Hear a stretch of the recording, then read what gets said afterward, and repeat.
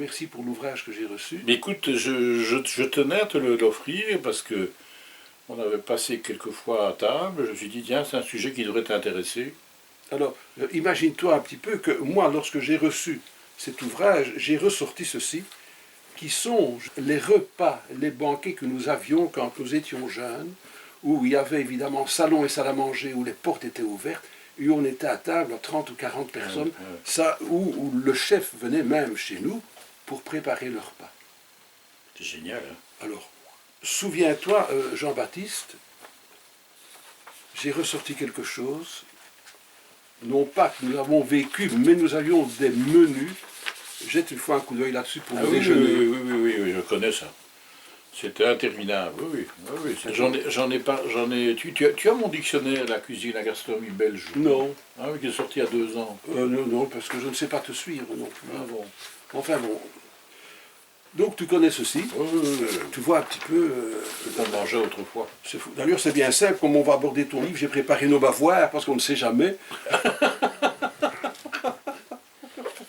Jusqu'où ça peut aller. Mais disons, je tiens à saluer le travail que tu as fait, parce qu'encore une fois, j'avais pris une foule de notes, où je me suis dit, non, stop Willy, c'est pas possible, quoi. Quel a été, je vais dire, le plan de travail pour toi faire cette sélection magistrale dans les lettres A, B, C, D, E, F, et pouvoir retenir que les parfums... Écoute, le plan de travail, j'en ai pas vraiment eu un. En tout cas, s'il existait, il était pas écrit, il n'était pas sanctionné par un texte précis, un plan, un programme, un scénario, que sais-je. Je suis parti de mes propres goûts au départ. Je suis parti de mes propres goûts, de mes propres lectures, qui naturellement, donc pour certaines d'entre elles, remontent à l'adolescence en tout cas. Tant il est vrai que j'ai toujours été attiré par la description des plats, cuisinés ou non cuisinés, les boissons, les personnages qui boivent pas, qui sont... Déjà, la lecture des menus que je t'ai montré là, c'est déjà extraordinaire. Voilà, donc j'ai toujours été... depuis ma tendre enfance d'ailleurs, hein, j'avais une mère qui était très gourmande, qui était un peu gourmet, je pense qu'elle était plus gourmande que gourmet. Moi je me targue d'être le contraire, d'être plus gourmet que gourmand. Pourtant, quand on nous sert à table, je vois que nos regards se croisent pour voir... Oui, mais c'est de la curiosité, on doit se retenir pour ne pas les goûter. Donc, alors le littéraire que je suis, l'écrivain que je suis, a toujours voulu savoir pourquoi tel plat portait tel nom, pourquoi tel plat, où était l'origine, enfin de rien que pour la Belgique, le Waterzooi par exemple, l'anguille au vert, d'où est-ce que ça venait, qui avait inventé, c'est qui était le premier. Donc j'ai toujours relevé dans mes lectures ce genre d'occurrence, de description chez des auteurs importants et puis d'autres qui le sont moins. Donc ma sélection s'est faite de façon extrêmement naturelle puisque j'ai écrit ce livre dans le désordre. Oui, tout à fait. Dans le désordre. Je crois avoir commencé par Proust, mais uniquement pour le fait que le symbole de la mémoire involontaire, c'est la madeleine, qui comme par hasard est un aliment. Voilà. Et c'est comme ça que je suis parti. Et puis j'en ai fait un grand nombre. Et puis après ça, dans un deuxième temps, plusieurs mois après avoir écrit les premières notices sur les auteurs que je connaissais, j'ai commencé à faire des recherches pour me dire, mais tiens, il y a certainement des auteurs importants, ou même moins importants, que je ferais bien traiter, et vers lesquels je suis allé. Et les auteurs que je n'ai découverts que récemment, entre guillemets. D'accord, des contemporains, peut-être plus des contemporains. Pas forcément, maintenant, des auteurs anciens. Par exemple, il est question de vaudevire, hein, qui est l'origine des vaudevilles, qui étaient des poèmes bachiques qu'on faisait déjà au XVe ou XVIe siècle. Je ne connaissais ça qu'à travers les anthologies, mais je n'y avais jamais prêté attention. Donc c'est le fait d'avoir étudié deux auteurs, dont un s'appelle Olivier Basselin et l'autre s'appelle Jean Le Houx, qui sont des auteurs du XVe et du XVIe siècle, c'est une découverte récente. Voilà, donc je me suis intéressé à leur œuvre, j'ai acheté des anthologies, j'ai acheté des ouvrages les concernant. Et aussi, naturellement, pour certains écrivains contemporains. Voilà, et donc la méthode, je dirais, ma méthode, c'est qu'il n'y a pas de méthode. C'est ça, mon plan, c'est l'absence de plan. C'est plus dans ma tête que tout ça se passe. Mais j'ai bien aimé parce que dans la plume qui est trempée, je veux dire, dans la bouse de la prairie où tu as été, où tu vas parler un petit peu des parfums qui vont servir justement à alimenter ces plats-là, c'est extraordinaire. La même chose dans les vignes. Oui. Tu as cet art un petit peu de parler de moi, j'ai été dans des vignes, parce que pendant une certaine époque de ma vie, au début des années 80, pendant une dizaine d'années, au Buffle Express, qui était le vif tout court au départ, j'ai tenu les chroniques sur le vin, donc j'ai fait énormément de voyages de ce type, j'ai participé à un tas de repas gastronomiques, etc. Et si j'ai arrêté, c'est presque par lassitude, parce que qu'on déguste un grand cru ou une piquette, c'était toujours le même cérémonial, et à la fin j'en avais un peu assez, c'est pour ça que j'ai arrêté. Mais j'ai énormément assimilé, c'est le cas de le dire, dans ce domaine. Donc je connais bien tout ça, et j'ai une relation aussi physique, sensuelle, avec la nourriture, avec les vins, avec les plats, etc. C'est vrai, oui. Je me souviens de cette dégustation qu'on a fait chez M. Inada qui était... Ah voilà, tu vois, tu vois, ce sont des découvertes, quoi. Mais en même temps, j'ai voulu faire un dictionnaire, tu l'as remarqué, j'ai voulu faire un dictionnaire très personnel. Oui. C'est-à-dire que, d'abord, je n'envisage les auteurs dont je parle, il y en a à peu près 150 dans mon livre, que du seul point de vue de la gastronomie, de la cuisine ou de l'alimentation. Et de la poésie. Oui, mais c'est pas de Bologne, là. Non, oui, entre autres. Mais je veux dire que, par exemple, lorsque j'étudie Balzac, ou lorsque je me penche sur Balzac, sur Flaubert, sur les grands noms comme Zola, je n'étudie que je m'intéresse qu'à la part de l'alimentation dans leurs œuvres. Et je n'ai pas besoin de dire qui est Balzac, qui est Zola, qui est Flaubert. C'est pas du tout un dictionnaire. Et puis, je prends parti aussi. Je prends position. Je dis j'aime ou j'aime pas, il y a des auteurs que je n'ai pas mis. Ça c'est la franchise de Barognan, ça qu'on...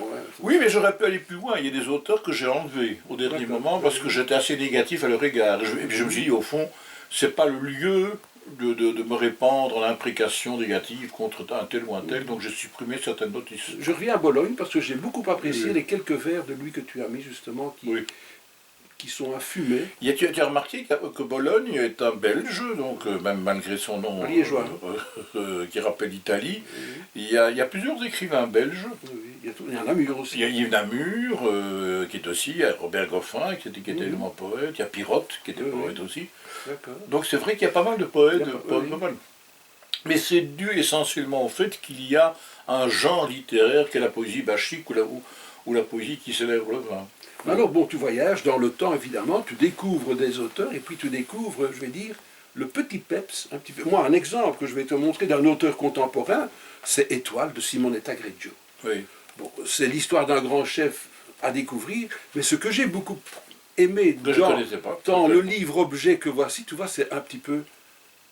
Mais c'est décrit dans le bouquin. C'est un livre récent, ça. Oui, qui a une dizaine d'années. Mais tu vois, Simonetta Greggio, tu vois, il y a des auteurs qui sont friands un petit peu comme ceux que tu as décrits, qui sont toujours là, à l'affût des effluves. Je dis. Ah oui, mais c'est ce que j'ai cherché à faire. En même temps, je le précise, parce que je sais qu'on va me tomber dessus, on va me dire, il manque ça, il n'y a pas celui-ci, il n'y a pas celui-ci. Il est certain que chaque amateur pourrait faire son dictionnaire des écrivains gastronomes. Et que mon livre n'a aucune prétention exhaustive, et je t'avoue que j'ai déjà eu l'expérience de ma longue carrière maintenant. Tu fais un travail considérable sur tel ou tel sujet, et puis il y a un imbécile qui vient te dire, mais pourquoi il n'y a pas Dupont, il n'y a pas Durand. Alors qu'ils ne connaissent pas tous ceux qu'on a mis dans l'œuvre sur lesquels j'ai travaillé, et je fais faire des découvertes. Donc je n'ai aucune prétention exhaustive, et il y a certainement un grand nombre d'écrivains qui ont décrit des personnages de cuisiniers, de chefs, de moutons, que sais-je, dans la littérature, je ne les ai pas abordés. Mais il n'empêche qu'il y a quand même énormément, je crois que tu l'as remarqué, énormément d'auteurs et d'autrices qui ne sont pas du tout connus, et sur lesquels je voulais absolument écrire quelque chose. Alors, le limier que tu es, comment a-t-il affûté son flair pour partir à la recherche, évidemment, de l'un ou l'autre? Parce qu'encore une fois, tu dis, je pars à la découverte et parfois je tombe sur des gens que je ne connaissais pas. Comment tombe-t-on sur ce genre de personnages-là? Ça, c'est l'amateur de livres, c'est le fouineur, on me dit que je suis un passionné, une sorte d'érudit, je redoute ces termes. Mais j'ai toujours, alors voilà, je veux dire, depuis ma tendre enfance aussi, j'ai toujours adoré les marges. C'est peut-être dû à mon côté un peu rebelle. à mon côté un peu franc-tireur que j'ai gardé depuis toujours. Il suffit qu'on me dise qu'il faut aller voir tel film pour que je n'y aille pas. Il suffit que tu me recommandes un roman à lire absolument, je ne le lirai pas. Oui. Je suis un peu comme ça. Je généralise peut-être, voilà. Donc j'ai toujours aimé les petits maîtres. Ne serait-ce que, c'est un des domaines qui me passionne, c'est le 19e siècle, en tout cas en France. Et il y a à côté des grands noms que sont Balzac, Victor Hugo, Flaubert et les autres, il y a de petits écrivains qui sont totalement écrasés par ces géants, mais qui ne méritent pas d'être oubliés, qui ont écrit des œuvres tout à fait estimables, hein, tout à fait de qualité, hein, et qui ont souvent eu du succès en leur époque, et qui sont aujourd'hui tombés complètement dans les oubliettes. Donc je leur ai accordé un sort. Il y a par exemple un écrivain que j'adore, que j'aime beaucoup en tout cas, qui s'appelle Charles Moncey, auquel je consacre de nombreux paragraphes, plusieurs pages même dans ce livre, qui est un petit maître. Lui a eu la chance de connaître tous les grands, tous les géants, et il a lui-même écrit toute une série de textes à caractère gastronomique. Il a lancé des journaux, des revues de gourmets, et ce qu'il a écrit est toujours plaisant et n'a pas pris une ride à mes yeux. Mais c'est un auteur de mon petit jardin secret, hein, de mon petit potager secret, ou de mon verger, hein, ou de mes vignes secrètes, et voilà. Et donc j'ai voulu lui donner un sort, un auteur comme ça. Ou alors des auteurs qui étaient célèbres en l'époque, comme Champfleury, qui était le père du réalisme, et qui était un ami de Flaubert, justement. Il a écrit beaucoup de pages sur la gastronomie, et j'aime beaucoup. Et je me suis intéressé à lui parce qu'en lisant une petite notice le concernant, c'est quelque chose que je trouve absolument extraordinaire. Il faisait partie de ce qu'on appelait les bohèmes. Hein, comme tu sais, il y a le fameux livre Scène de la vie de Bohème d'Henri Murger, et tous ces gens étaient pauvres. Ils ne buvaient que de l'eau, ils tiraient non seulement le diable par la queue, mais ils étaient tout le temps affamés, ils avaient faim. Et alors, il y a un texte que je trouve extraordinaire le concernant, écrit par un critique de l'époque, qui dit que lorsqu'ils se réunissaient, quand ils mouraient de faim, ils lisaient des livres de cuisine pour se nourrir. D'accord. C'est extraordinaire. C'est extraordinaire, ça. Lire des livres de cuisine pour leur donner l'appétit, et ils avaient l'impression qu'ils avaient mangé, qu'ils avaient déjeuné ou dîné. Ce qu'on retrouve facilement dans les auteurs italiens, hein. Parce qu'encore ils ont l'art de la description. Alors, je trouve ça formidable. Voilà. Donc rien que pour cette raison, je me dis Champfleury, je ne peux pas le rater dans mon bouquin. Parce que je voulais faire des découvertes. Je ne voulais pas aller sur les grands boulevards, hein, forcément. J'aime bien les chemins de traverse, les sentiers obscurs qu'on ne connaît pas, ou même les sentiers illuminés qu'on ne connaît pas. C'est vers là que je suis allé. Tu as un peu mis de côté, et je le comprends, tu le dis surtout, les grands chefs, les grands cuisiniers. Ça, je n'ai pas voulu prendre. Non, ça, c'était impossible. Non, mais ce que tu vois, moi, à quelques-uns après. Qu'on aurait peut-être pu développer légèrement, c'est la poésie de la description et des menus qu'ils font. Ah, mais je l'ai fait pour Antonin Carême. Voilà. Oui, je l'ai fait pour Antonin Carême, voilà. dont les textes sont des baroques, des menus infaisables aujourd'hui. C'est quasiment impossible. Et même ce qu'ils décrivent est immangeable quasiment. Non, je l'ai fait pour un ou deux d'entre eux. Mais c'est amusant à découvrir. Ah oui, non, je me suis contenté de prendre, alors peut-être que la nuance peut paraître sophistiquée, que des écrivains au sens premier du terme, et non pas des auteurs de livres. D'accord. Parce que des livres, tout le monde en écrit, c'est pas pour ça que c'est parce que tu écris un livre que tu es un écrivain. Non, mais un chef est quand même un poète. Certains chefs le sont. Mais je ne me suis pas aventuré dans ce domaine parce qu'ils sont considérables, les livres de cuisine sont innombrables. Tout à fait. Innombrables. Donc je n'ai pas voulu aller vers, même les plus célèbres d'entre eux, ceux qu'on connaît aujourd'hui. Tout poète fût-il, je n'ai pas cherché à aller non, j'ai exclu les chefs, j'ai exclu les essayistes aussi, et les historiens, tout ça. Ou sinon ça devient impossible. Je me suis contenté de prendre les écrivains au sens de personnes qui écrivent des romans, des nouvelles, des contes, des poèmes, éventuellement du théâtre. Voilà.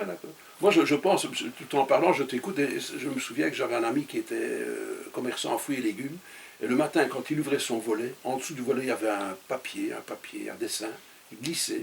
C'était une commande faite par un peintre du coin, qui était aussi un poète. Et sa commande, c'était toutes des petites aquarelles, des légumes, de C'est ceci, de génial. ça. Et voilà, il en a un paquet incroyable. Mais c'est la poésie, justement, de la façon de présenter une fois ceci, une fois cela, qui créait vraiment chaque fois un très beau texte, qui était chaque fois décoré de ces beaux dessins. Ah, c'est magnifique. Tu vois, ça c'est beau. Ah quoi. oui, c'est magnifique. Ça, c'est oui, beau, oui, ça. oui. Mais je ne me suis pas intéressé à ça. De même, je ne me suis pas intéressé au menu. Je ne me suis pas intéressé aux peintres. Non, ce sont vraiment. Parce que, par exemple, dans le cas des menus, puisque j'en parle, Félicien Rops Mhm. a fait de magnifiques menus. Mais il n'est pas l'objet de mon livre. J'y ai touché un tout Oui, petit oui, mot à l'occasion d'une référence à Yves Namur, ça m'a frappé par le fait que Yves Namur est né à Namur et que Et alors, le petit point. Namur, petit point, deux, et il y a Namur, Namur. et que à Namur est né aussi Michaud et né Pirotte et que c'est aussi la ville de Rops. Donc j'ai pas pu m'empêcher de mettre une petite notation sous les menus gastronomiques et dessinés par Philippe Les agapes, Rops. parle-nous un peu des agapes. Ah, les agapes, il y en a essentiellement dans les œuvres classiques. Hein. C'est le premier à en avoir décrit abondamment, c'est Rabelais, évidemment. Hein, mais ce qui est frappant, d'ailleurs, c'est une question que je me pose.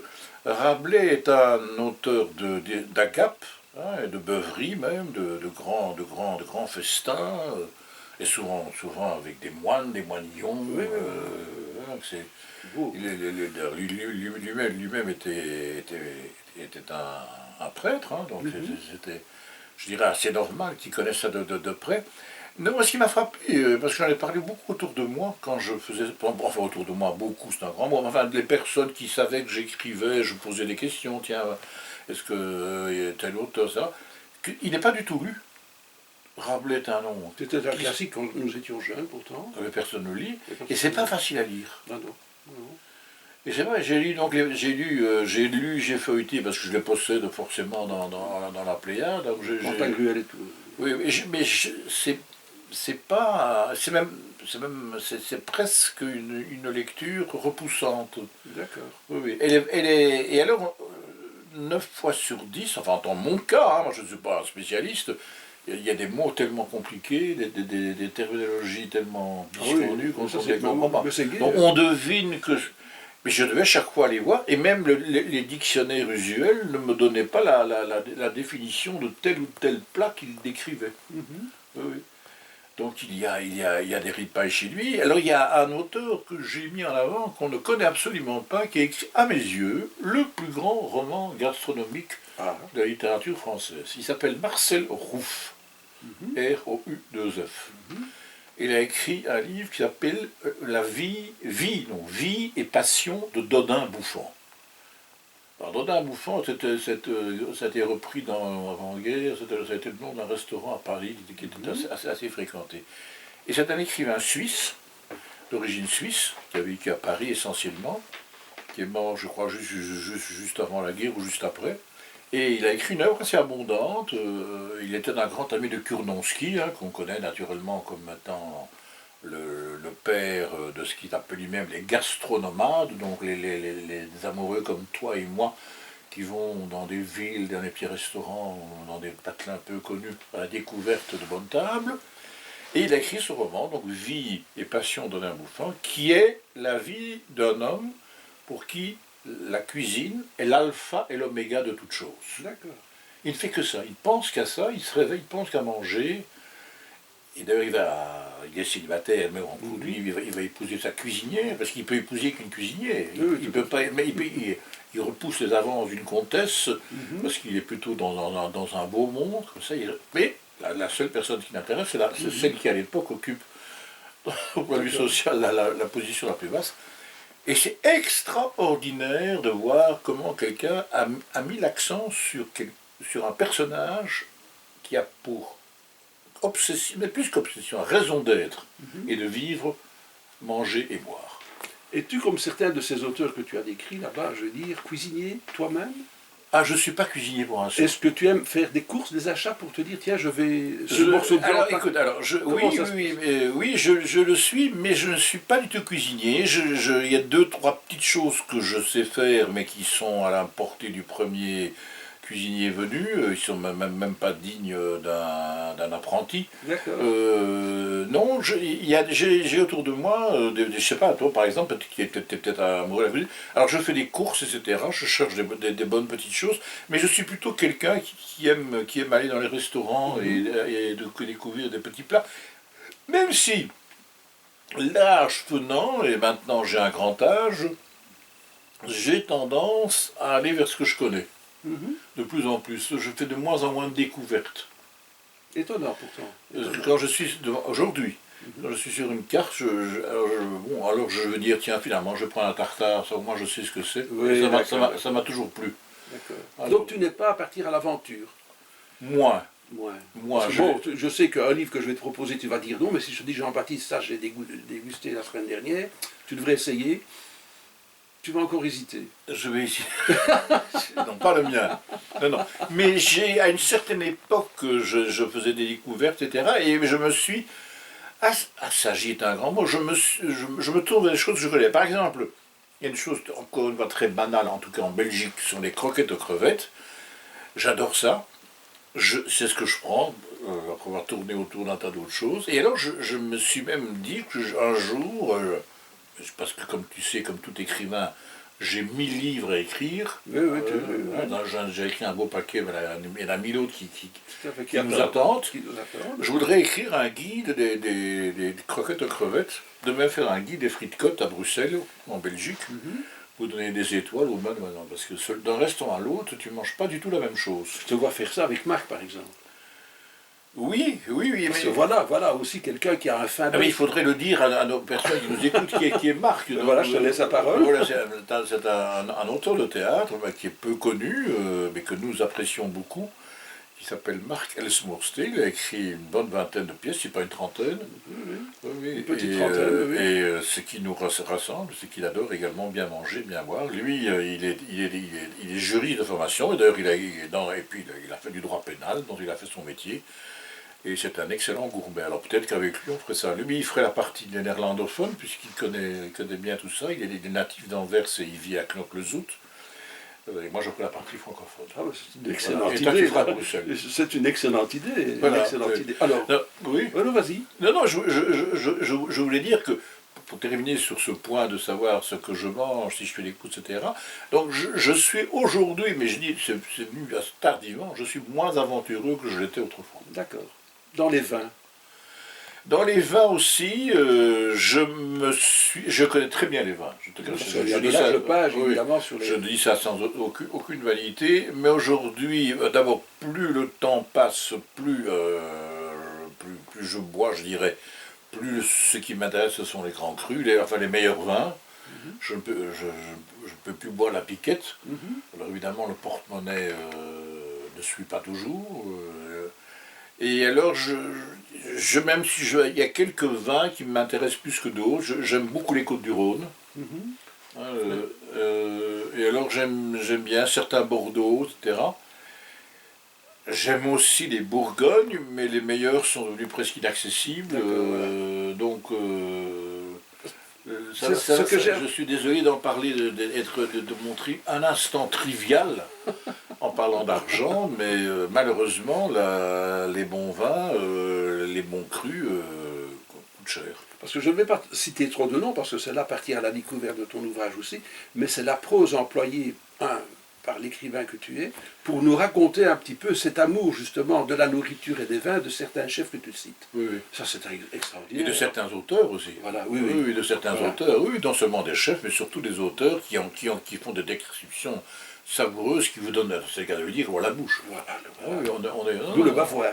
Je trouve que ils ont un talent extraordinaire pour décrire des plats, des menus, même certains d'entre eux, je pense à Théophile Gautier, qui était un as de la plume évidemment, mais quand il décrit un repas, on est tout à fait ébloui, on est affamé, on est assoiffé. Parce que c'est vrai, bon, je t'ai montré les menus tantôt, c'est vrai qu'à cette époque-là, ces gens ont vécu, je vais dire, dans des endroits, dans des dîners qui étaient des choses extraordinaires. Oui, et des dîners, surtout des dîners festifs, lorsqu'il y avait un mariage, un enterrement, peut-être pas un enterrement, enfin un mariage, un baptême, première communion, etc.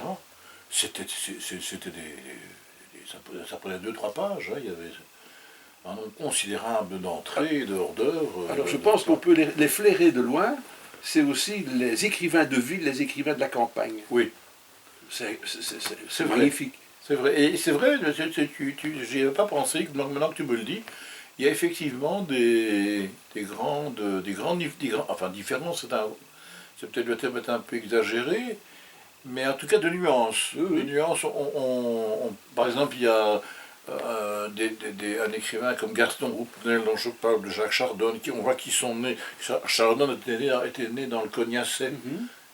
D'ailleurs, il y a une marque de cognac qui portait son nom, et celui de son associé qui s'appelait Delamain. Mhm.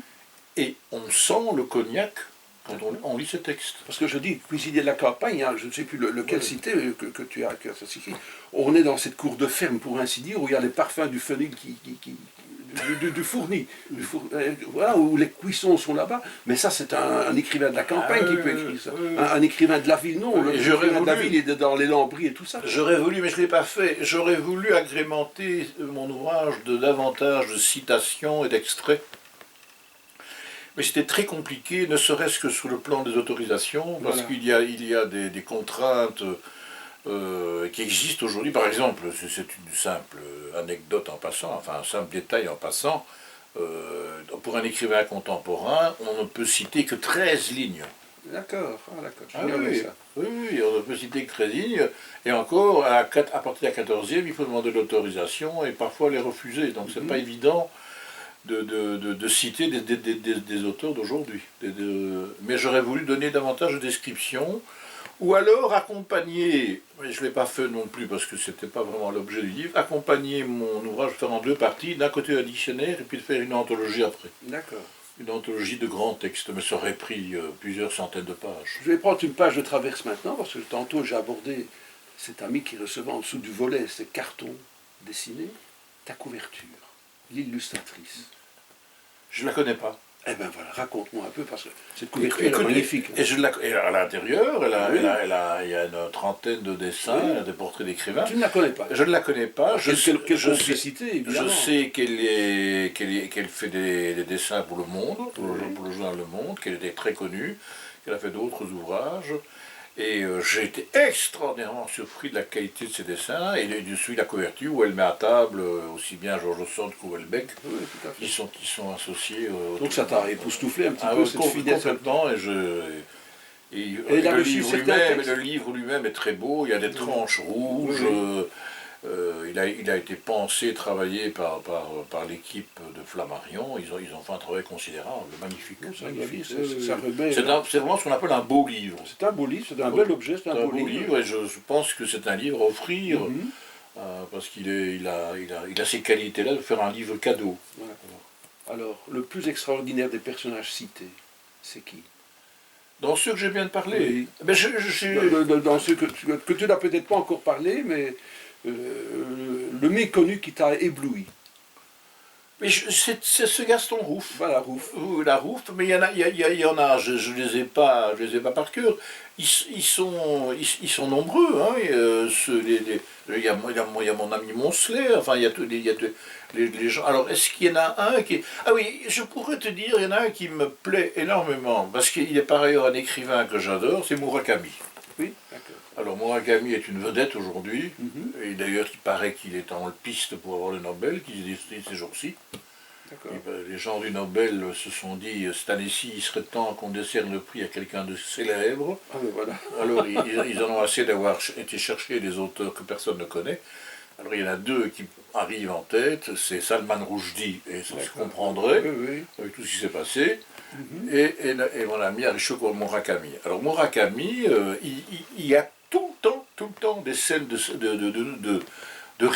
pas forcément de ripaille, mais de restauration et de restaurant. On mange et on boit beaucoup dans ces livres, même quand le sujet ne s'y prête pas. D'accord. Oui, oui. Et alors, il y a des scènes absolument étonnantes. Moi, ce que j'aime chez Murakami, c'est cette extraordinaire fusion qu'il y a entre le plus grand réalisme et le plus grand fantastique. On se promène dans la rue et puis il pleut des poissons. Et dans l'œuvre de Murakami, ça paraît ordinaire. D'accord. Ou alors un personnage arrive et puis il découvre une sorte comme ça de dalle sur le sol, dans un jardin, il le soulève et il rentre dans un autre monde. Autant chez les auteurs classiques, ce serait effrayant, hein, ce serait du fantastique, d'horreur, autant chez lui c'est naturel, et puis il en ressort comme si de rien n'était, comme s'il avait simplement pris une tasse de thé. D'accord, voilà. Oui. Et donc j'ai mis Murakami, qui est inattendu. De même, il y a un autre auteur inattendu, qui je crois va surprendre énormément de gens, c'est Collodi, qui est l'auteur de Pinocchio. D'accord. Ce Collodi a écrit ce chef-d'œuvre de la littérature pour enfantine. Hein, il était florentin, et c'était au départ par... Et dans Pinocchio, dans les aventures de Pinocchio, on n'arrête pas de boire et de manger. D'un bout à l'autre du livre. Voilà, d'accord. Voilà. Oui, oui. Donc personne n'avait... Enfin, personne, j'en sais rien, mais la plupart des ouvrages consacrés à ce sujet n'en faisaient jamais état. Et j'ai eu un grand plaisir à montrer à quel point Pinocchio était un personnage à la fois gourmand et vorace. Alors, le grand oublié, où tu te dis, bon sang, bonsoir, comment est-ce que j'ai zappé celui-là? Le grand oublié, il n'y en a pas. Il n'y a pas, non, non. Non, non, c'est pour ça que c'est un dictionnaire sentimental. D'accord. Et par définition, un dictionnaire sentimental exclut et choisit. Choisit et exclut, plutôt. Voilà. Donc, par exemple, comme tu le sais, j'ai publié un livre qui continue à être bien vendu, qui s'appelle Le Dictionnaire amoureux de la Belgique. Qui est là. Il y a un tas de... Enfin, oui, de nombreuses personnes vont dire, mais il n'y a pas celui-ci, il n'y a pas cela, etc. C'est je réponds, c'est volontaire. Si j'avais pas mis, je l'ai mis, mais si j'avais pas mis Jacques Brel, c'était mon choix. Personne ne m'obligeait à mettre une gloire comme Eddy Merckx, Léopold Ier, je les ai mis, mais j'aurais pu très bien m'en abstenir. C'est un dictionnaire sentimental. Donc il n'y a pas d'oubli. Il n'y a pas d'oubli. Voilà. Donc la maîtresse reste cachée. Voilà. Ah, c'est super. Voilà. Mais Jean-Baptiste... Je te remercie infiniment. Moi aussi.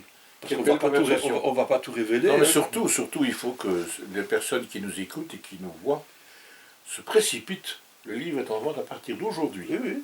Oui. Voilà, c'est le premier jour. On est dans les starting blocks. Dans les statistiques. 5 octobre. Voilà. Merci beaucoup d'être venu, À très Jean-Baptiste. bientôt. Au revoir. Et à très bientôt autour d'une table. Hein. Oui.